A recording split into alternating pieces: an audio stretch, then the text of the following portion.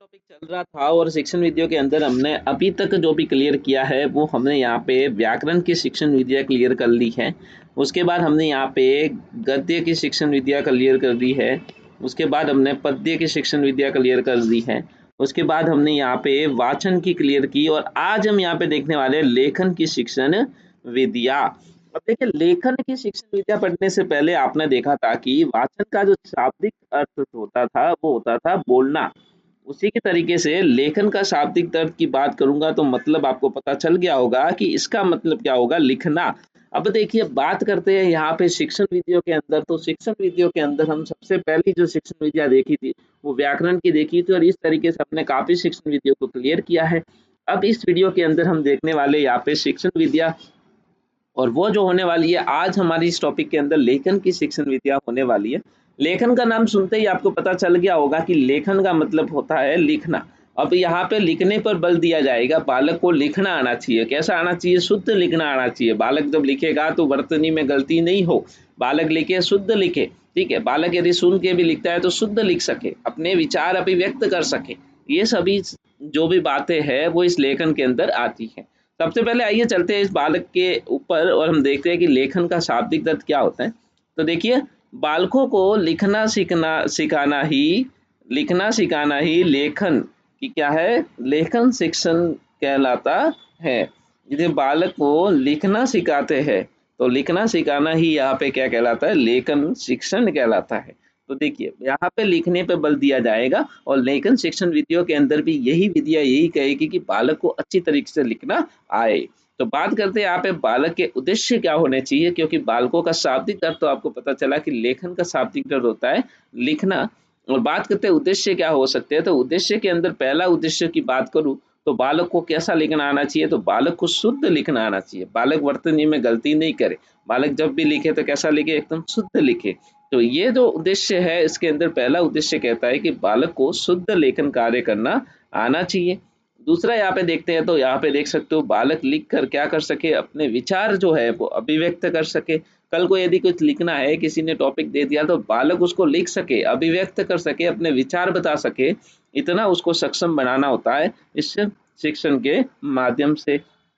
तो इस शिक्षण के अंदर आपने देखा कि बालक को एक तो शुद्ध लिखना आना चाहिए और दूसरा बालक अपने विचार क्या कर सके, अभिव्यक्त कर सके। इसी के लिए यहाँ पे प्रमुख कुछ शिक्षण विधियां दी है कि ये जब दोनों ही उद्देश्य कैसे कंप्लीट होंगे या फिर बालक इतना मजबूत कैसे बनेगा, तो इस प्रमुख शिक्षण विधियों के अंदर बताया गया है।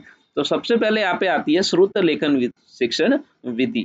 श्रुत लेखन का मतलब ही होता है, आपने देखा होगा श्रुति लेखन लेख आप लिखते थे। तो मतलब यहाँ पे कहने का मतलब ये है कि श्रुत लेखन का मतलब होता है सुनकर लिखना। यहाँ पे मतलब क्या होता है, सुनकर लिखना। तो ये आपको याद रखना है कि श्रुत लेखन का मतलब होता है सुनकर लिखना। यानी आपको यहाँ पे क्या सिखाया जाएगा, श्रुत लेखन का कार्य सिखाया जाएगा। इसी तरीके से दृष्टानुलेखन विधि, दृष्टानुलेखन विधि के अंदर यदि यहाँ पे सुनकर लिखने का मतलब है तो यहाँ पे होता है देख कर लिखना, देख कर लिखना। अब यहाँ पे देखिए दोनों में काफी फर्क है। ये यहाँ पे पाठ्य पुस्तक को देख कर लिखते हैं, टॉपिक को देख कर लिखते हैं, और श्रुत लेखन के अंदर हम क्या करते हैं, सुनकर लिखते हैं। तो सुनने के लिए यहाँ पे काफी सारे टॉपिक्स हमारे पर क्लियर होते हैं कि सुनकर लिखने के लिए यहाँ पे श्रुति लेखन की विधि हमारे लिए सबसे प्रमुख रहती है। तो प्रमुख शिक्षण विधि के अंदर पहली शिक्षण विधि हमने यहाँ पे देखी, श्रुत लेखन विधि। दूसरा हम यहाँ पे कवर करने वाले हैं दृष्टानुलेखन विधि। दृष्टानुलेखन विधि का मतलब होता है कि देख कर लिखना। देख कर लिखना मतलब कि आपको पता चला बालक को एक पाठ्य पुस्तक दी जाती है और पाठ्य पुस्तक को देखकर बालक क्या करता है, लिखना शुरू करता है।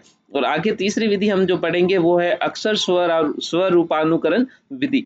अक्षर स्वरूपानुकरण विधि मतलब इसके अंदर बालक को क्या दिए जाते हैं, ऐसे पॉइंट बना के बिंदु दिए जाते हैं और बालक को कहते हैं घूटो इस पे। तो बालक इस तरीके से घूट कर अक्षर का स्वरूप देते हैं, वो होती है अक्षर स्वरूपानुकरण विधि। तो आइए सबसे पहले देखते हैं श्रुत लेखन विधि क्या है। तो मैंने आपको ओवरव्यू तो दे दिया, अब इसके अंदर पूरा पढ़ के देखते हैं। देखिए, सुनकर लिखना इसका शाब्दिक अर्थ होता है। तो श्रुत लेखन का शाब्दिक अर्थ आपको पता चला, सुनकर लिखना। अब देखिए, इस विधि के दौरान अध्यापक के द्वारा क्या किया जाता है, शब्दों का शुद्ध उच्चारण किया जाता है।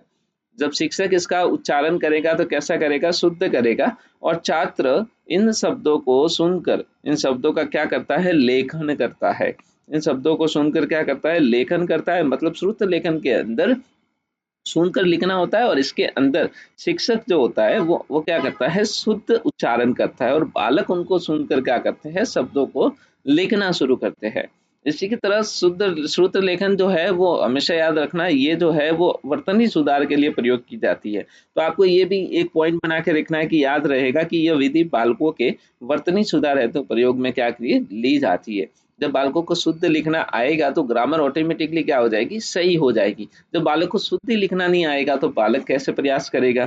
तो ये हो गई श्रुत लेखन वाली विधि। अब बात करते हैं दृष्टानुलेखन विधि। अब देखिए दृष्टानुलेखन विधि का शाब्दिक अर्थ आपको पता चला, देख कर लिखना। मैंने जिस तरीके से सुनकर लिखने का बताया था उसी तरीके से यहाँ पे होता है देख कर लिखना। मतलब इस विधि के दौरान बालक के द्वारा क्या होता है कि जो रोजाना पाठ्य पुस्तक दी जाती है उसकी नकल करके बालक क्या करता है, लेखन का कार्य करता है। जब नकल करेगा तो बालक क्या करेगा, बालक इस टॉपिक को लिखना शुरू करेगा और जब पाठ्य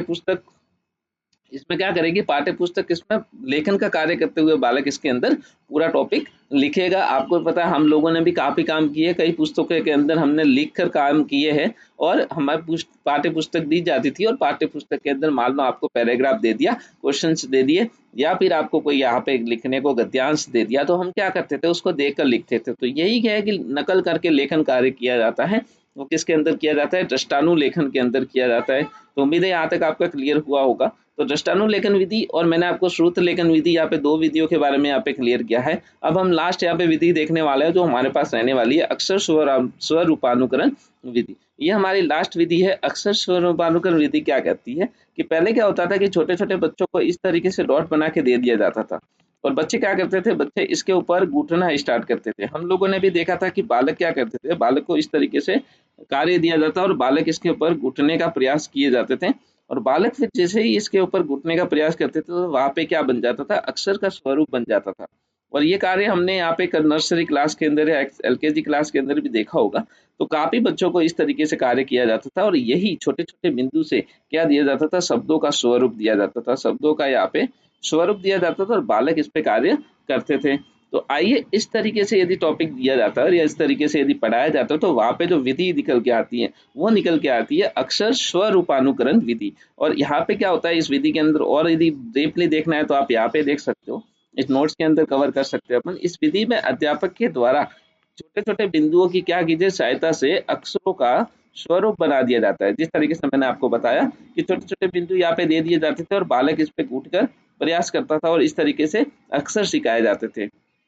छात्र उन बिंदुओं को क्या करता था, मिलाता था और लेखन कार्य करता था। अब लेखन कार्य कैसे करेगा, तो जब बिंदुओं को दिए जाएंगे इसकी सहायता से छात्र क्या करेगा, उसमें लेखन कार्य प्रारंभ करेगा। अब एक बात याद रखनी है कि पिछले रीट लेवल 2 के अंदर ये क्वेश्चन पूछा गया था कि ये विधि कौन सी है, तो ये विधि आधुनिक के अंदर आती है। आधुनिक विधि के अंदर कौन सी विधि आती है, अक्षर स्वरूपानुकरण विधि। तो इस तरीके से हमने व्याकरण की विधियां पढ़ी, गद्य पद्य की पढ़ी, वाचन की पढ़ी और आज हमने यहाँ पे कवर किया है लेखन की विधियां। अब आगे जो आने वाला है वो व्याकरण अनुकरण की विधियां आने वाली है जो आपके द्वितीय भाषा के रूप में हम यूज करेंगे। तो चलिए यहाँ तक आपको क्लियर हो गया होगा। Thank you so much for watching guys.